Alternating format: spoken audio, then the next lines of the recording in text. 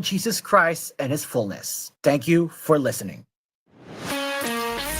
Broadcasting from TGON, TVH Group of Networks. You're listening to DZYW Cool FM. Cool FM is a TVH Group of Networks radio station based in Tondo, Manila.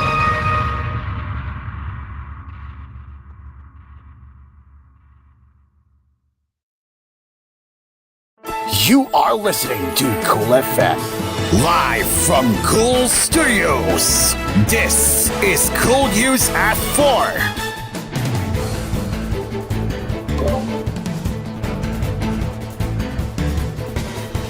Good afternoon and welcome to koolNews at 4.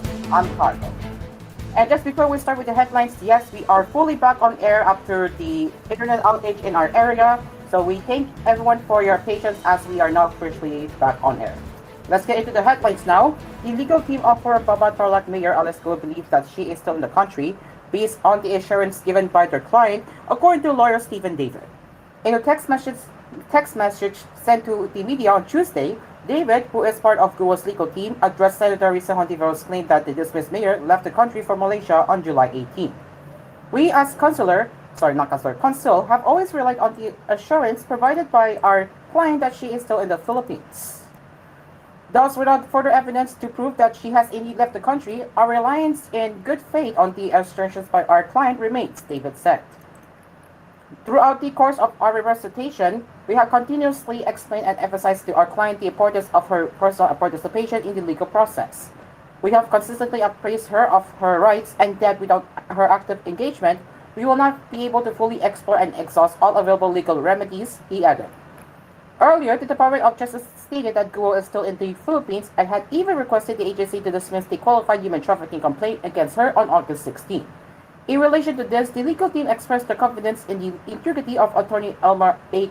Galicia, the lawyer who notarized Guo's counter affidavit, believing that he would not put his license on the line in the protest of the legal profession. We have consistently worked under the principle of upholding justice while observing one's human rights, and it is crucial to underscore that we do not condone any form of evasion from legal responsibilities or attempts to avoid justice. We would not tolerate any person to become a fugitive from our justice system, David said. On Monday, the Presidential Anti-Organized Crime Commission confirmed that Guo is now out of the country based on the immigration records of the Philippines' foreign counterparts. The Bureau of Immigration likewise revealed that it received information suggesting that Guo left the country illegally without passing through the Philippine immigration authorities. BI said Guo, whose real name is said to be Guo Huaping, illegally traveled to Malaysia as early as July, based on intelligence information that came from very reliable sources.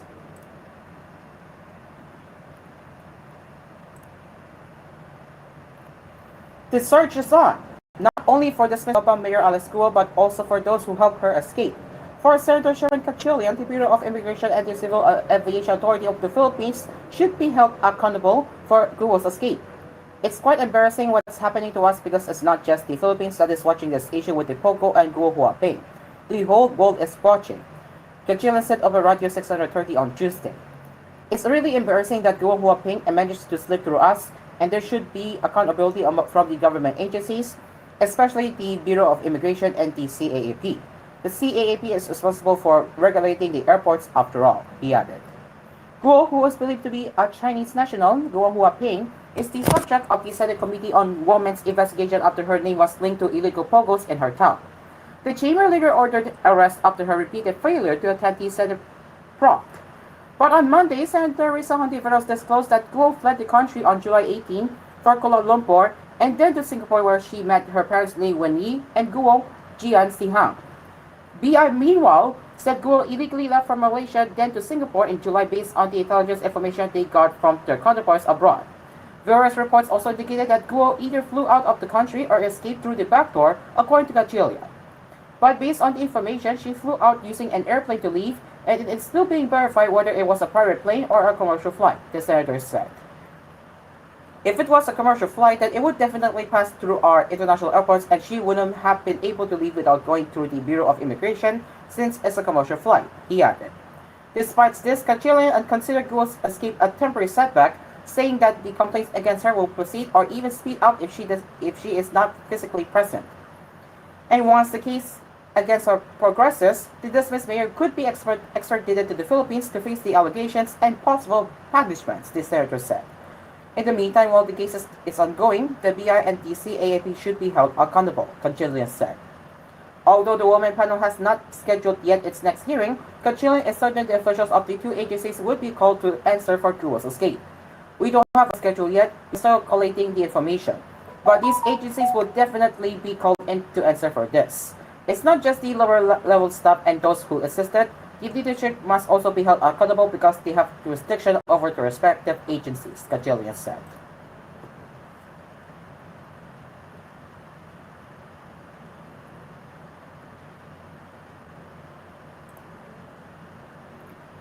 The observed haze in Metro Manila is likely due to local pollutants and not fog, according to the Philippine Institute of Volcanology and Seismology, PhilFox. For the past few days, the wind speed has been very low for the past 3 days or 4 days in Metro Manila. Now, the haze that we are observing is likely due to political pollutants. This is not fog. PhilFox Director Teresito Pagcol said in an interview with Inquirer.net on Tuesday. Pagcol explained that wind speed has an impact on the dispersal of pollutants within Metro Manila. The slowing speed has also prevented these pollutants from dispersing vertically. That's the reason why these pollutants will remain from the lower levels and create the haze that we see, he added. He also likened the pollutants in Metro Manila to the phenomenon of sulfur dioxide emitted by the volcano. It's the same phenomenon in Pontagas, but unlike in Pontagas, the sulfur dioxide cannot rise. Meanwhile, what cannot rise here are pollutants. Float persists in Pontagas, while it is smoke that we see here, he pointed out. PhilFox on Monday reported the emission of 3,355 metric tons of sulfur dioxide, rising some 2,400 meters above Col Volcano Island. It, however, said the volcano's unrest is unlikely to develop into a magmatic eruption. Pagcol further explained that the persistence of smoke in Metro Manila is unpredictable due to several factors such as the wind speed and chances of rain. The presence of smoke is the same process as how the fog in Pontagas disperses. But it's hard to say. It depends on several unpredictable factors such as wind speed, chances of rain, and of course, we cannot say when, he said. If it rains, the pollutants will be washed out, he added. On the possibility of fog reaching Metro Manila, Pagcol said it would depend on wind direction. It depends on the wind direction. If the winds are headed north and sustained, then it is possible to reach Metro Manila, he noted. According to Pagcol, PhilFox received a report Tuesday morning that fog remains present in Pontagas towns such as Laurel, San Nicolas, Angoncillo, Talisay, Balete, Semeri, Sunenca, Lipa, Tao, Linan, and Nasubu. On Monday, parts of Luzon and Metro Manila suspended classes or shifted to non-face-to-face classes due to the fog from Tao. Also on Monday, the Department of Education issued a memorandum to affected schools that reads, in light of the recent eruption of Taal volcano and the release of fog in the past 24 hours, the Department of Education is authorizing affected schools to suspend classes in the presence of an official announcement from the local government units.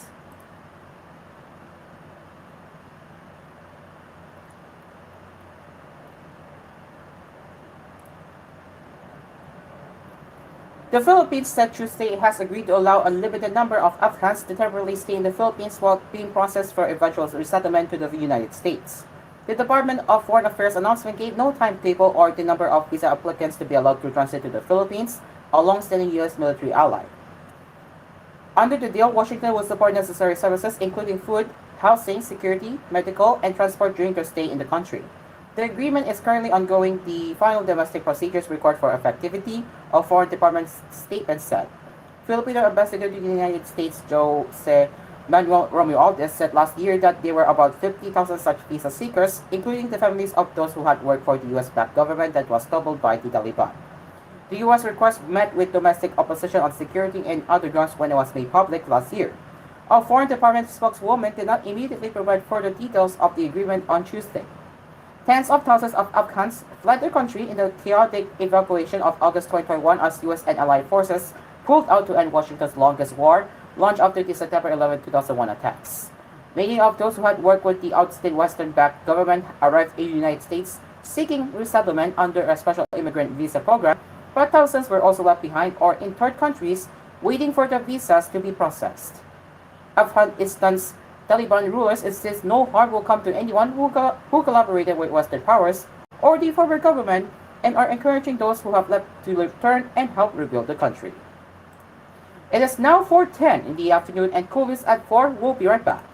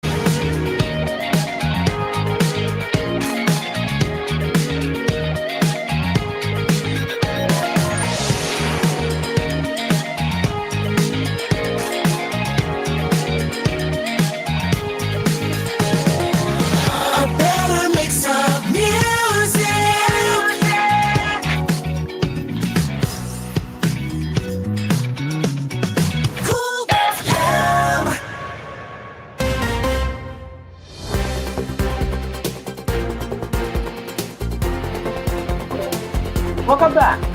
The foreign debt servicing burden of public and private institutions declined in May as an increase in interest expenses amid tight financial conditions was offset by lower principal payments.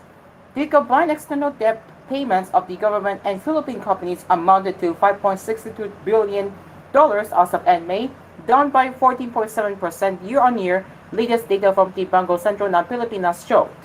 In the first quarter of 2024, foreign debt payments accounted for 3% of the country's gross domestic product, easing from the 3.4% share recorded by the end of 2023.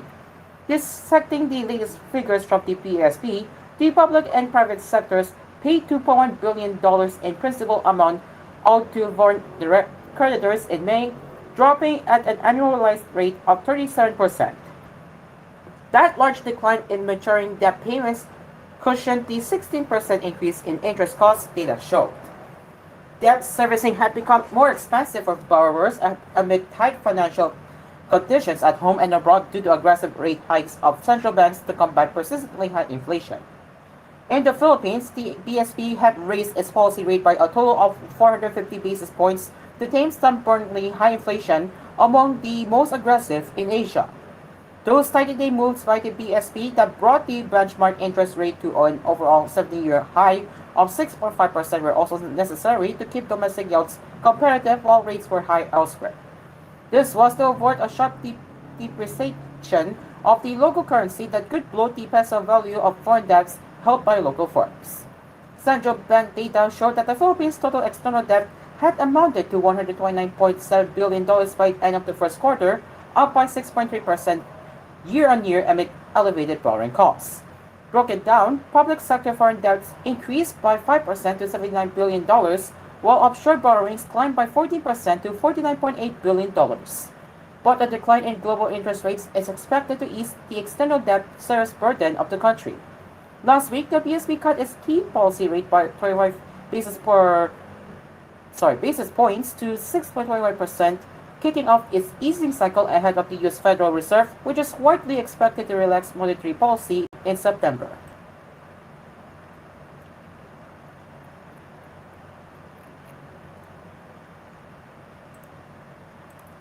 As we get into the headlines from around the world, thousands of children in northern Vietnam will struggle to return to school after flash floods and landslides damaged homes, destroyed crops, and cut off several communities in the region, a charity warned Tuesday.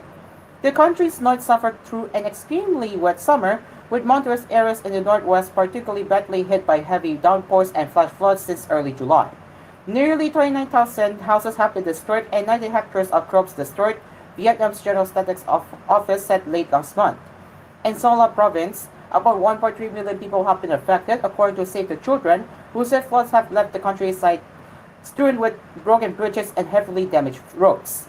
11 people have died in the area, and around 2,670 houses and 29 school buildings were damaged, according to Vietnam's disaster officials. Save the Children said 4,500 children would face safety challenges as they try to return to school at the beginning of September.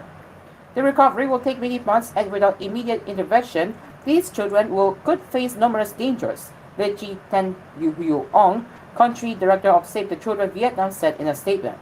According to the charity, Ha Kong Nguyen, the principal of a school in Son La province, said the road to school is very rough with landslides and broken bridges making it hard to travel. Children must cross streams to get to school.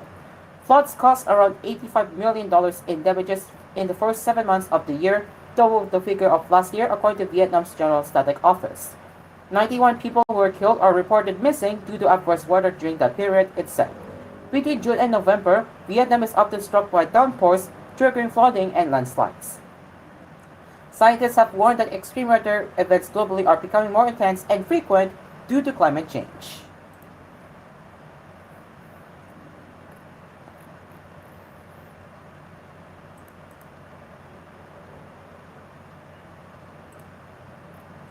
Australia and Indonesia unveiled a new defense agreement on Tuesday, pledging closer cooperation in the contested Asia-Pacific region as a new leader prepares to take over in Jakarta. The pact, which includes provisions for joint drills in each military operating in other country, was unveiled as Indonesian Defense Minister and President-elect Prabowo Subianto visited Canberra. Prabowo, who will take the reins of the world's third largest democracy in October, said he wanted to forge closer ties with Canberra while following the general policies of his predecessor, Joko Widodo.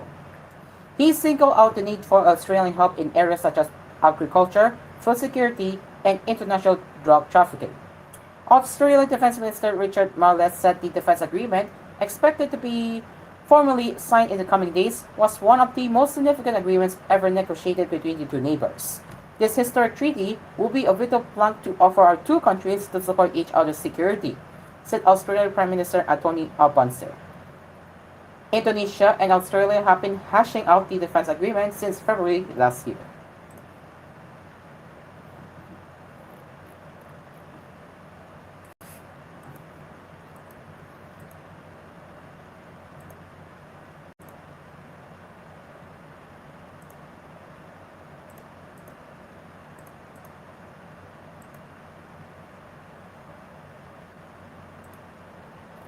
And Lebanon's Iran-backed Hezbollah group said, excuse me, it launched several rocket salvos at Israeli army positions in the annexed Golan Heights on Tuesday in response to Israeli strikes on eastern Lebanon the previous day.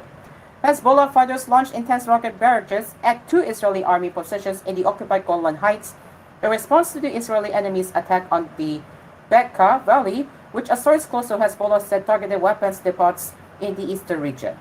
The Israeli military confirmed that around 55 projectiles were identified crossing from Lebanese territory.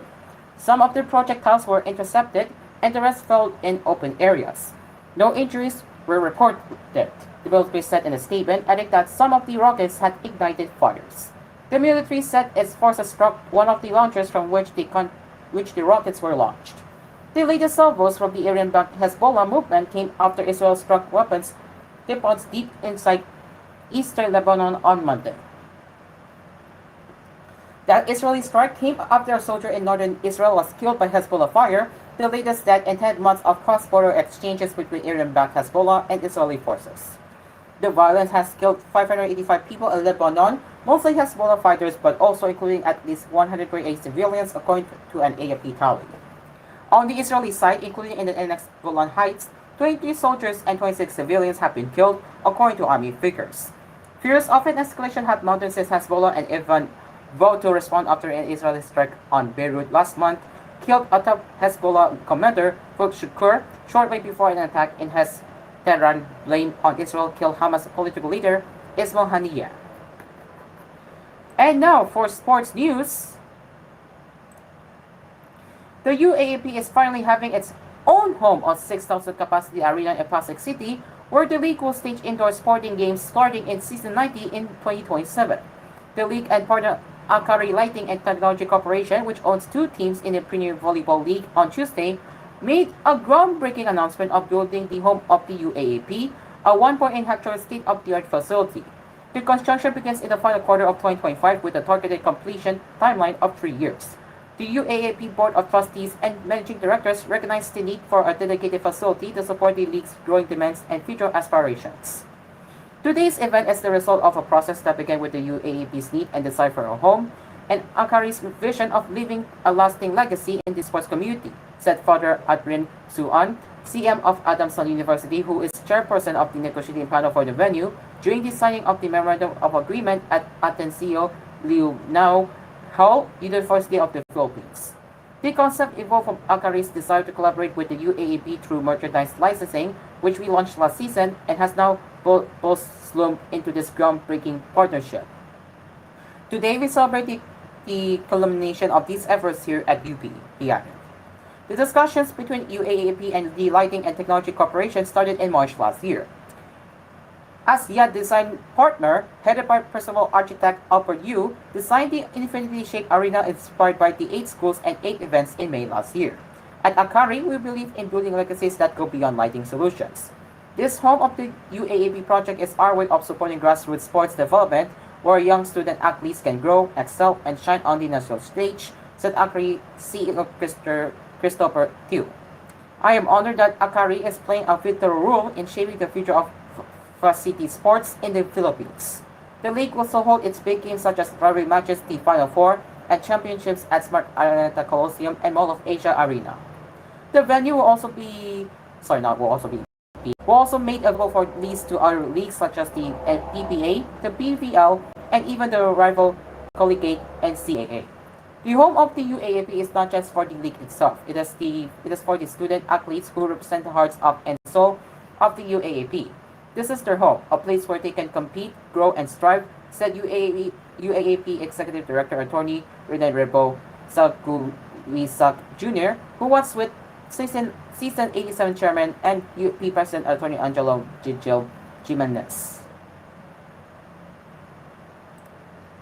And finally, Arena Plus, the official sports entertainment gateway of the Philippine Basketball Association, renewed its partnership with the association by committing to provide an entertaining PBA Commissioner's Cup Season 49 in the pre-season press conference last August 14 in Mandaluyong City.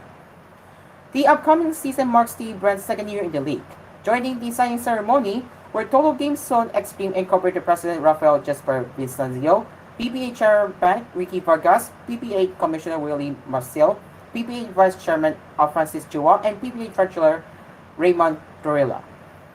To make this season more accessible, PBA will be selling the season's opening tickets for 49 pesos, offering the season's first match between Morocco Bolt and Magnolia Hot Shots on August 18 at the Smart Arena Coliseum. Arena Plus has committed cash prizes awaiting our fans for a fun-filled season ahead. Ways to win will be posted on PBA social media accounts soon. And that is it for koolNews at 4. As always, you can get in touch with us at tvh.philippines.news@gmail.com. And join us again for more news headlines later with koolNews at 6 and koolNews Prime Time at 9. Until then, I'm Caro. Good afternoon.